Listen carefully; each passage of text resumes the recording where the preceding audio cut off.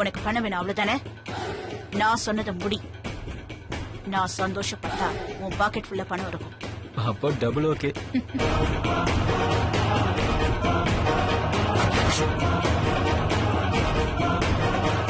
யாராவது யாரையாவது திட்டிக்கிட்டே இருக்கணும், இல்ல கத்தணும், கதறணும். அழற சத்தமோ அலறல் சத்தமோ எனக்கு கேட்கலனா அது எனக்கு பிடிக்காது.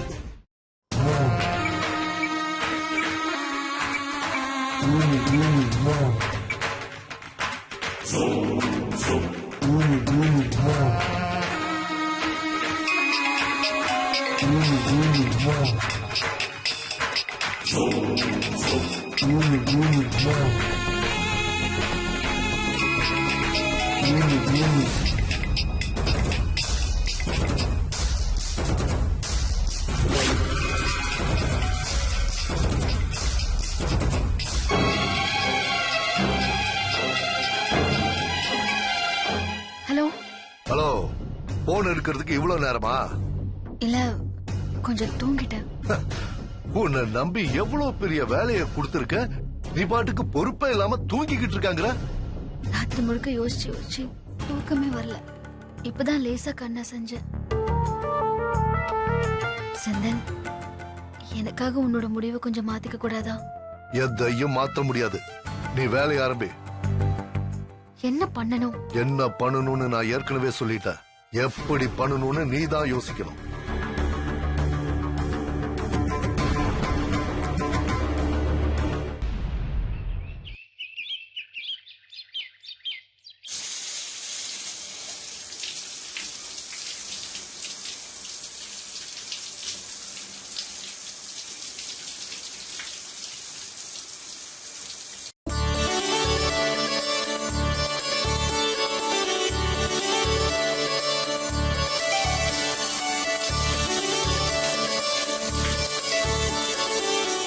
லட்சு, என்னங்க சோப்பு. என்னங்க நீங்க குளிக்கிறதுக்கு முன்னாடி சோப்பு இருக்கான்னு பார்க்க மாட்டீங்களா? ஏய், இருக்குன்னு நினைச்சிட்டு ஷவரை திறந்துட்டேன். சரி இருங்க, எடுத்துட்டு வரேன்.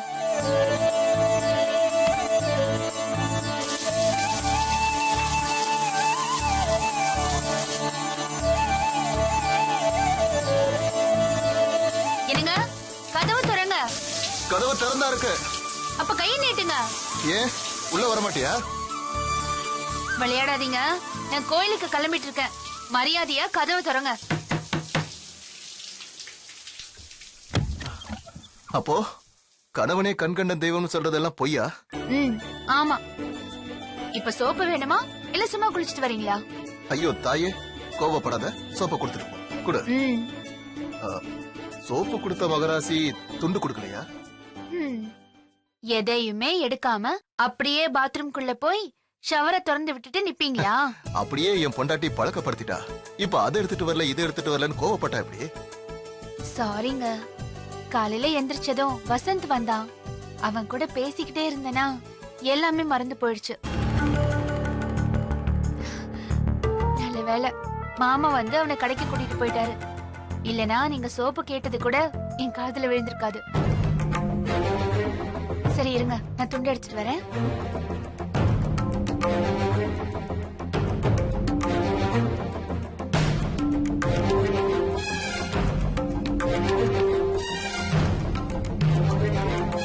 என்னங்க துண்டு.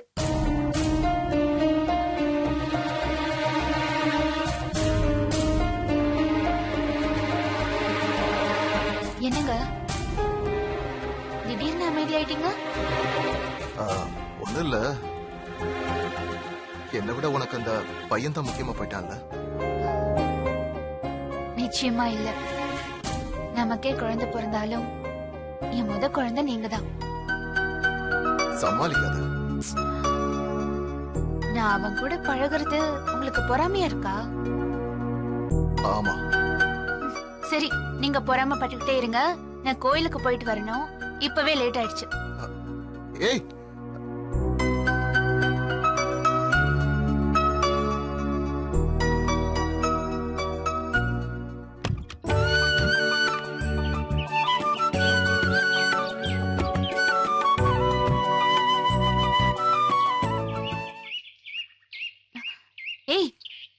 இந்த வேலையெல்லாம் செய்ய சொன்னது? அக்கா சின்ன வேலை தானே, இது கூட செய்யலாம் எப்படி? சரி, உள்ள வச்சுட்டு வா, நம்ம கோயிலுக்கு போயிட்டு வரலாம். இல்லக்கா, நீங்க போயிட்டு வாங்க. இன்னைக்கு நான் உங்களுக்கு சமைச்சு வைக்கிறேன். ஓ, அப்படியா? சரி, உன் சமையல் எப்படிதான் இருக்குன்னு பாப்போம். ரொம்ப எல்லாம் எக்ஸ்பெக்ட் பண்ணாதீங்க, ஏதோ சுமாரா சமைப்பேன். அத நாங்க சாப்பிட்டு பார்த்து சொல்றோம். நீ சமைச்சு வச்சுட்டு வரேன். சரிக்கா. சித்ரா, என்னக்கா? உன் பையனை தேடாத, மாமா கடைக்கு கூட்டிட்டு போயிருக்காரு. வரத்துக்கு கொஞ்சம் நேரம் ஆகும். சரி, ஓகேக்கா. நான் வரேன். ஓகே.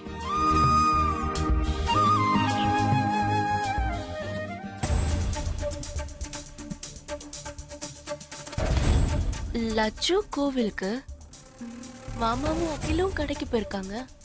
அப்போ வீட்ல சந்தோஷ் மட்டும்தான் இருக்கணும்.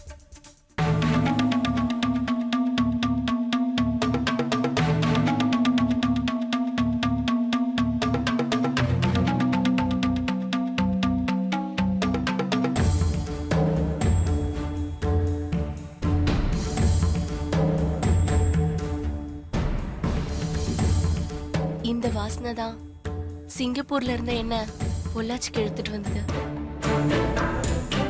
நீலுங்க, எங்க போறீங்க? உன்கிட்ட சொல்ல வேண்டிய அவசியம் எனக்கு இல்ல. பைக் சாவி வேண்டாம். ஏய், ஆ? மரியாதை சாவியை கொடுத்துரு. ஒரு நல்ல சந்தர்ப்பத்தை மிஸ் பண்ணலாமா சந்தோஷ்? வீட்ல உங்களையும் என்னையும் தவிர வேற யாருமே இல்ல. கொஞ்ச நேரத்துக்கு இது நம்ம வீடு. இப்போ நான் உன் ஒய்ஃப், நீ என் ஹஸ்பண்ட். சின்னதா ஒரு வாழ்க்கை வாழ்ந்து பாப்போமே. வேண்டாம் ஜெனி, இந்த விஷயம் மட்டும் லட்சுக்கு தெரிஞ்சது உன்னை வெட்டி போட்டு. நல்ல விஷயத்த பத்தி பேசிட்டு இருக்கும்போது எதுக்கு தேவையில்லாததெல்லாம் பேசுறீங்க? நான் சொன்னது ஒரு நாள் நடக்க போதா இல்லன்னு மட்டும் பாரு. நடக்கட்டும், அது வரைக்கும் சந்தோஷமா இருப்போம். ஏய், சாவிதா, நான் சாவியை கொடுக்கறேன். அதுக்கு பதிலா நீங்க எனக்கு ஒரு உம்மா கொடுங்க. கண்ணத்திலே உதட்டலையாங்கிறது உங்க சாய்ஸ். ஏண்டி என்ன இப்படி சித்திரவதை பண்ற? ஒவ்வொரு நிமிஷமும் இந்த வீட்டுல பயந்து பயந்து வாழ வேண்டியது இருக்கு. எல்லாம் ஒன்னால. பயந்து பயந்து நானா வாழ சொல்றேன்? எல்லார் முன்னாடியும் உண்மையை சொல்லுங்க. இதே வீட்ல லட்சு அக்காவோட நானும் உங்க கூட சந்தோஷமா வாழ்ந்துட்டு போறேன். நடக்காத விஷயத்த பத்தி பேசி எந்த பிரயோஜனமும் இல்ல. சாவி கொடு, நான் கிளம்பு. நான் உங்க கூட வாழணும்னு தான் இங்க வந்தேன். எட்டி நின்னு உன் வாழ்க்கையை வேடிக்கை பார்க்க வரல. நீ என்ன சொன்னாலும் சரி, லட்சுக்கு என்னால துரோகம் பண்ண முடியாது. சரி, அப்ப நீ எனக்கு பண்ண துரோகத்துக்கு என்ன பதில் சொல்ல போற? எனக்கு நீ வேணும் சந்தோஷ். அமைதியா இருந்து இந்த வீட்டு வேலைக்காரியா ஒரு மூலையில கடைசி வரைக்கும் வாழ்ந்துட்டு போக அதுக்கு நான் தயாரா இல்ல. நீ எனக்கு வேணும் சந்தோஷ். உனக்கு இன்னொரு குழந்தை பெத்து கொடுக்க கூட நான் தயாரா இருக்கேன். நைட்டு எல்லாரும் தூங்குனதுக்கு அப்புறம் என் ரூம்க்கு வரணும்.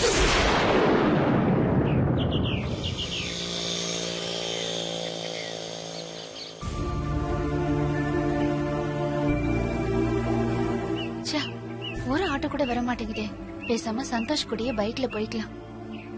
சீக்கிரம் போலனா அன்னைக்குதான் சோதனையா இருக்கும். ஜெனி, நீ ஒரு லிமிட் தாண்டி போற. நான் உன்னை காதலிக்கவும் இல்ல, கல்யாணம் பண்ணிக்கிறேன்னு சொல்லவும் இல்ல. ஏதோ என் மேல தப்பு இருக்கிறதுனால தான் நீ சொல்றதுக்குள்ள அமைதியா போயிட்டு இருக்க. சத்தம் போடாதீங்க. கிடைக்கிற நேரத்தை வாக்குவாதம் பண்ணி கடத்திருவீங்க போல இருக்கு.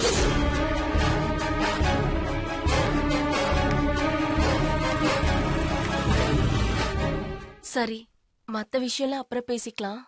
எனக்கு இப்போ ஒரு உமா கொடுங்க.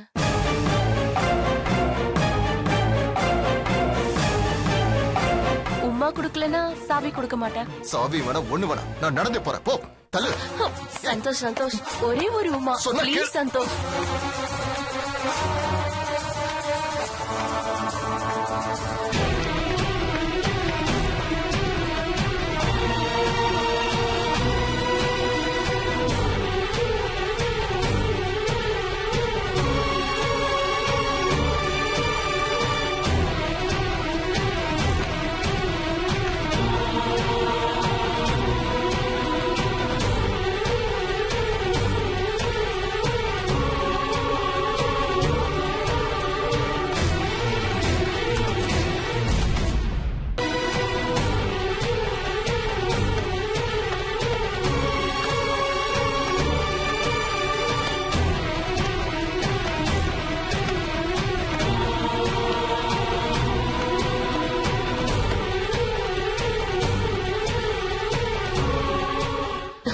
என்னங்க, நீங்க என்ன கடை கிளம்பல?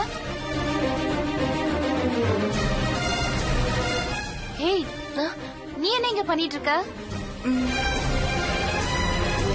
பைக் பைக் சாவிய காணும்னு சொன்னாரு.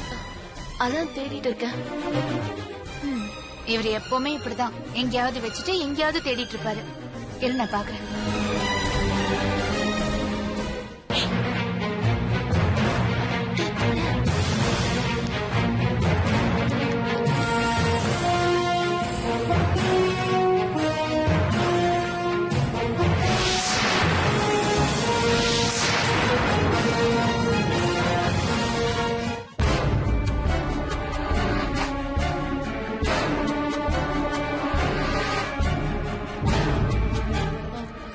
சாவி கிடைச்சிருச்சு.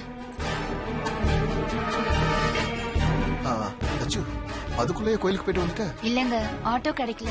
நீங்க தான் என்ன கோயில டிராப் பண்ணணும். அதுக்கு என்ன, நான் டிராப் பண்றேன். போலாமா? இந்தாங்க சாவி. வாங்கிக்கங்க. சித்ரா, நீ வீட்டை பாத்துக்கோ. ஏங்க சீக்கிரம் போலாம். வாங்க. போயிட்டு வாங்க.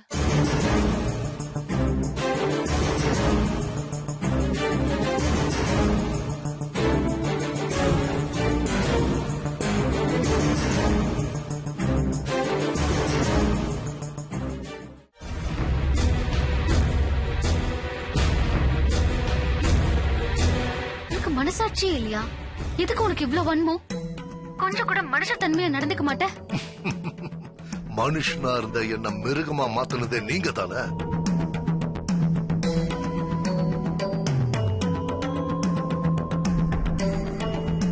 செந்தில், யாரோ வராங்க, நான் அப்புறம் பேசுறேன். வரட்டும், போன கட் பண்ணாத. இதோ பார், யார் வந்தாலும் என்ன பேசுறாங்கன்றது என் காதுல விழணும். எப்படி? லட்சுமி, நான் உள்ள வரலாமா? என்னத்த இப்படி கேக்குறீங்க? இது உங்க வீடு, வாங்க. ஒரு காலத்துல இது வீடா இருந்தது, இப்ப வெறும் கட்டடமா இருக்கு. லட்சுமி, நான் உன்கிட்ட கொஞ்சம் பேசணும். இனிமே என்கிட்ட பேசுறதுக்கு என்ன இருக்கு? பேசுறதுக்கும் கேக்குறதுக்கும் என் மனசுக்குள்ள நிறைய கேள்வி இருக்கு. அதுக்கெல்லாம் உன்கிட்ட இருந்து உண்மையான பதில் வருமான்னு எனக்கு தெரியல. இப்ப இந்த வீட்ல இருக்கிற லட்சுமி இதுவரைக்கும் நாங்க பார்க்காத லட்சுமி. நோய்க்கு மருந்தா இருந்தவளே தீராத நோயா மாறிட்ட மாதிரி இருக்கு. அது ஏன், யார் மேல தப்புன்னு உள்ளுக்குள்ள உறுத்துது லட்சுமி. உன்கிட்ட என்ன கேட்டாலும் முகத்துல அடிச்ச மாதிரியே பேசுற. அடுத்த கேள்விக்கு போக விடாம காயப்படுத்துற. இல்ல அத்தன், நான் பேசுறத இந்த ஒரு தடவையாவது நீ முழுசா கேளு. இந்த வீட்ல சந்தோஷமான விஷயம் நடந்திருக்கு. நம்ம தேன்மொழி உண்டாயிருக்கா. இந்த குடும்பத்துக்கு முதல் வாரிசு உருவாயிருக்கு. ஆனா யார் முகத்திலையும் சந்தோஷம் இல்ல. அதுக்கு காரணம் நீ.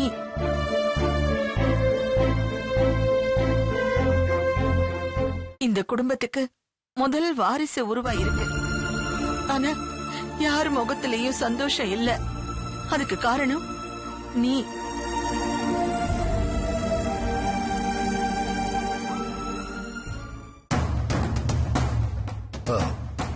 லக்ஷ்மி, லக்ஷ்மி, தங்கவேலுக்கு குழந்தை மேல எவ்வளவு ஆசை இருக்குன்னு தெரியும். அவங்களுக்காக நீயே எத்தனை கோயிலுக்கு ஏறி இறங்கியிருக்கேன்னு எனக்கும் தெரியும். நேத்து நீ என்ன சொன்ன? தேன்மொழி வயித்துல குழந்தை தங்குமான்னு சாதாரணமா கேட்டுட்டல்ல?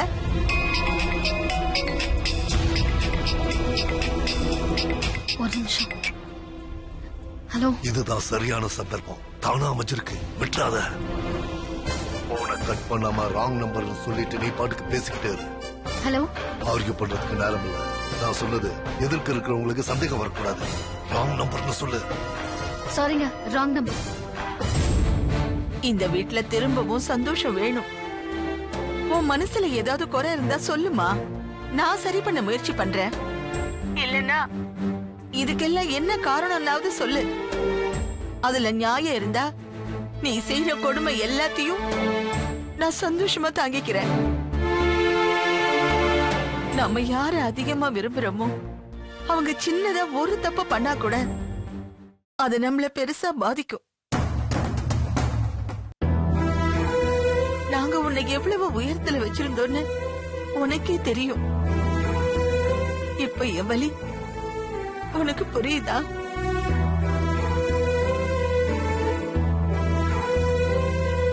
நீ எதையோ மறைக்கிற, எதையோ சொல்ல நினைக்கிற, ஆனா சொல்ல முடியாம தவிக்கிற. சொல்லுமா, சொல்லு.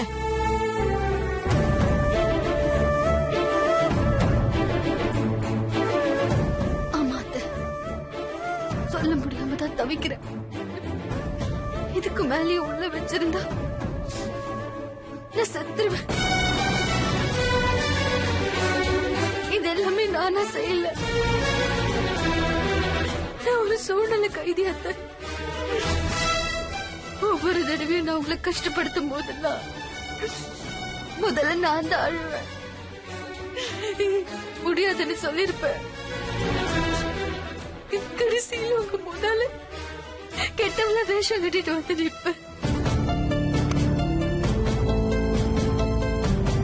ஏம்மா, யார் உன்னை இப்படி எல்லாம் பேச சொல்றது?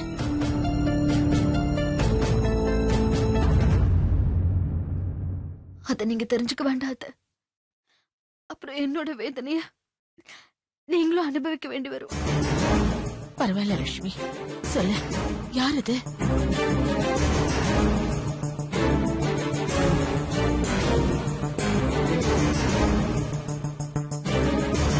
உங்க பையன் வெற்றி.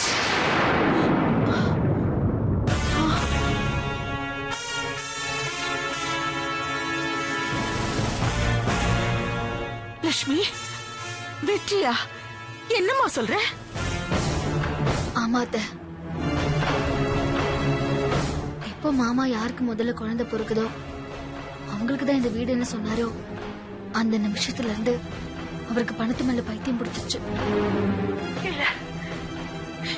என்னால நம்ப முடியல லட்சுமி. நீங்க நம்ப மாட்டீங்கன்னு எனக்கு தெரியும். கொஞ்சம் யோசிச்சு பாருங்க. இந்த குடும்பத்தை சேர்த்து நானும் எப்படி பிரிக்கணும்னு நினைப்பேன். உங்களை குணப்படுத்த என் உயிரை விட கூட நான் தயாரா இருந்தேன். நானா அத உங்களை அவமானப்படுத்துவேன். எல்லாரும் முன்னாலையும் இந்த வீட்டு சொத்துல எங்க பங்கு பிரிச்சு கொடுங்கன்னு நானா அத கேட்பேன். தேன்மொழி அக்கா வயித்துல குழந்தை தங்காதுன்னு நானா அத சொல்லிருப்பேன். சொல்லுங்க அத்த. இன்னும் உங்களுக்கு தெரியாத விஷயம் எவ்வளவோ இருக்கு. வெற்றி அவரோட அக்கௌண்ட்டுக்கு 60 லட்சம் ரூபாய் பணத்தை டிரான்ஸ்பர் பண்ண சொன்னாரு. அதையும் நான் செஞ்சேன். என் புருஷனை இதெல்லாம் செய்ய சொல்லும் போது நான் யார்கிட்ட போய் சொல்லுவேன்?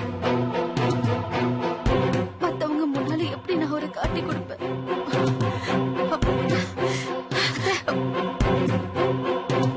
இத நீங்க அவர்கிட்ட கேட்காதீங்க. அவரை என்னால திருத்த முடியும். நானே அவருக்கு புரிய வைக்கிறேன்.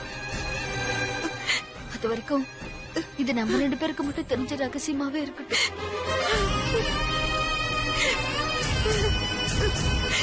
அழாதீங்க அத்தை. இதுக்குதான் நான் எதுவுமே சொல்லல. இது பாருங்க, அவர் வரப்போறாரு. வந்தா நான் என்ன சொன்னேன்னு கேட்பாரு. நீங்க போங்க. தேவையில்லாத பிரச்சனை வரும். நீங்க போங்க. நான் பாத்துக்கிறேன். நீங்க போங்க.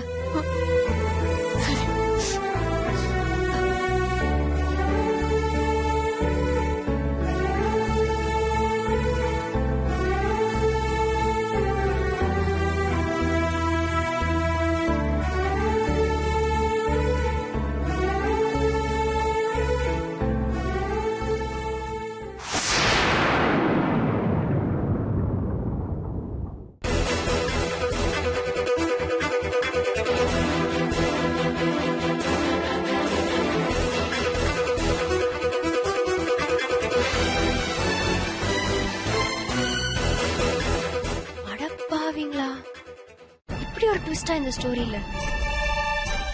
இத நான் எதிர்பார்க்கவே இல்லையே. வெற்றி, உன்னை ஒரு வெகுளின்னு நினைச்சேன். நீ இவ்ளோ பெரிய வில்லனா?